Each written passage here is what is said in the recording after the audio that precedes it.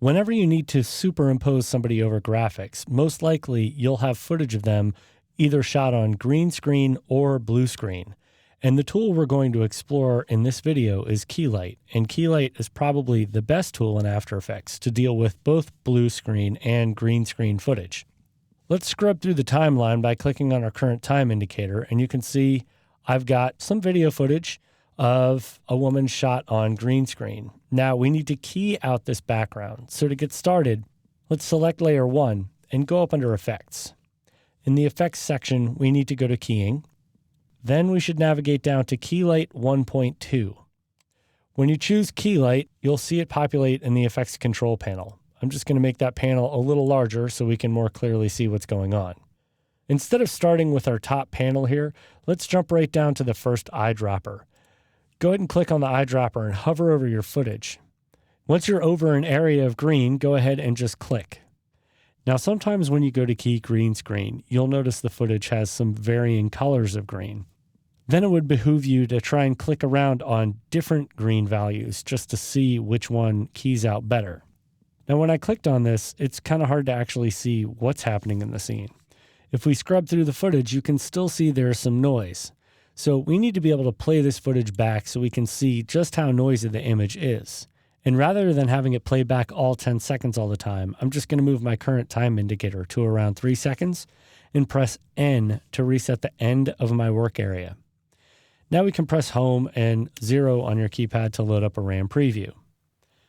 Once the RAM preview is loaded, we'll see the footage is moving, and the key is pretty good, other than the fact that there's still plenty of noise in the image. So I'm just going to stop playback here for a second and actually turn off the audio for the clip because we don't need to focus on that. Now let's go back up under the final result pull down. Let's click on that. This will actually show us all the different ways we can view our key. So if we go up to source, this is our original footage. Usually after I pull my initial key, I jump right to screen matte. When you click on screen matte, this is the matte that's actually getting generated based off of our screen. Now, some people make the mistake of just jumping right to the screen gain. If you click and drag this number up, it's going to go ahead and key out more green. The problem is, traditionally when you do this, you'll end up damaging areas of the edge of the matte. So let's just go ahead and undo that last command. What you should do is jump into the screen matte area. This gives you the ability to clip off different values within the black fields and the white fields of our key. So if I click and drag on the clip black, notice now I'm screening out the edges of my matte. Now I could clip white as well just by clicking and dragging down to the left. Now you have to be careful when you do this because as I'm looking at the edge of the shoulder here, it's definitely crushing any transition between our white pixels and our black pixels. Now to better see whether or not this is working, let's change the magnification up to 100%. Now I'm going to press the space bar so I can click and drag to reposition myself in the scene. Now let's press 0 on our keypad to load up another RAM preview, and you can see I've got a little bit of dancing that's going around the edges of the mask. This really isn't that bad though, so I can go ahead and just stop playback for a quick second. I want to check the result, so I'm going to go back up under my pull down and go to Final Result. Now when I look at this, it actually looks like it's doing a pretty decent job. I'm going to press the space bar and just look up at the top edge of her hair. It's important to stop and look at your keys every once in a while just to see how it's working on an individual frame, but you really won't know the full extent of your success until you actually play the clip back. So I'm going to go ahead and play the clip back here, and it looks relatively okay, but I'm still getting a little bit of dancing around the edges of the mask. I think this is definitely a good start, but there are obviously some things that we need to make adjustments to. So I'm going to press the space bar to stop playback here. So if you follow a standard workflow, you'll pull your key and then you'll make adjustments to clip black and clip white. The edge of the mask was a little hard for my personal taste, so I'm going to go ahead and click and drag to the right and use this clip rollback setting. Notice as I drag it back out, I'm getting soft edges around the edge of her hair again. I think that's a good thing, but I'm having a hard time exactly seeing what's happening with my key. So I'm going to go back up under the pull down, and instead of choosing screen matte, this time I want to choose status. When you choose status, you'll get an exaggerated matte that shows you the overall success of your key. Gray pixels means that parts of the background are actually showing through, and black pixels mean that it was keyed out successfully, and occasionally you'll see some colorful pixels like some green pixels. Thankfully, we're not seeing any green pixels in this area. Green pixels mean that you're definitely losing information and the quality of that key is degraded significantly. Now let's jump back from the status menu to our final results.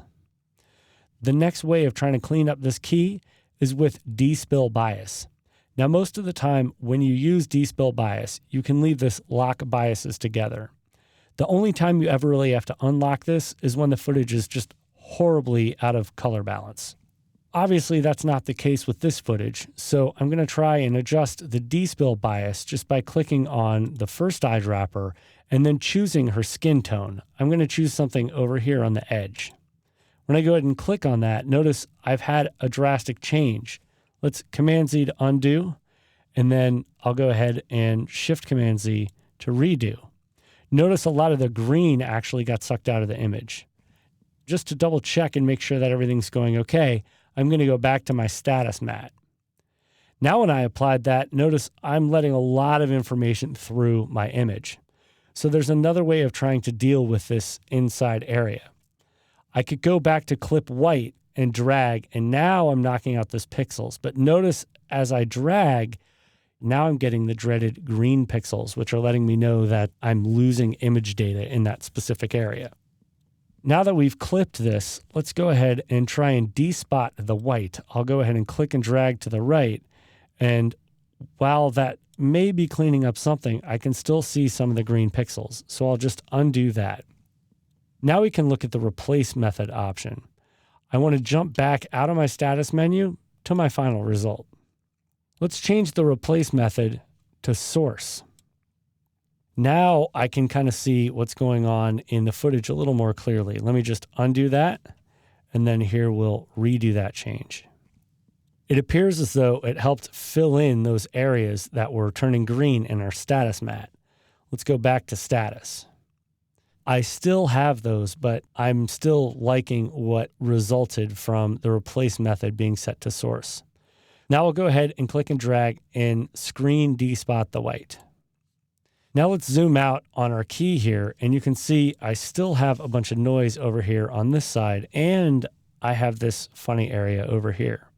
Now we'll continue to make adjustments to this key, but for now we have a good start with our initial key, our clipped black and white values, and then our despilled bias.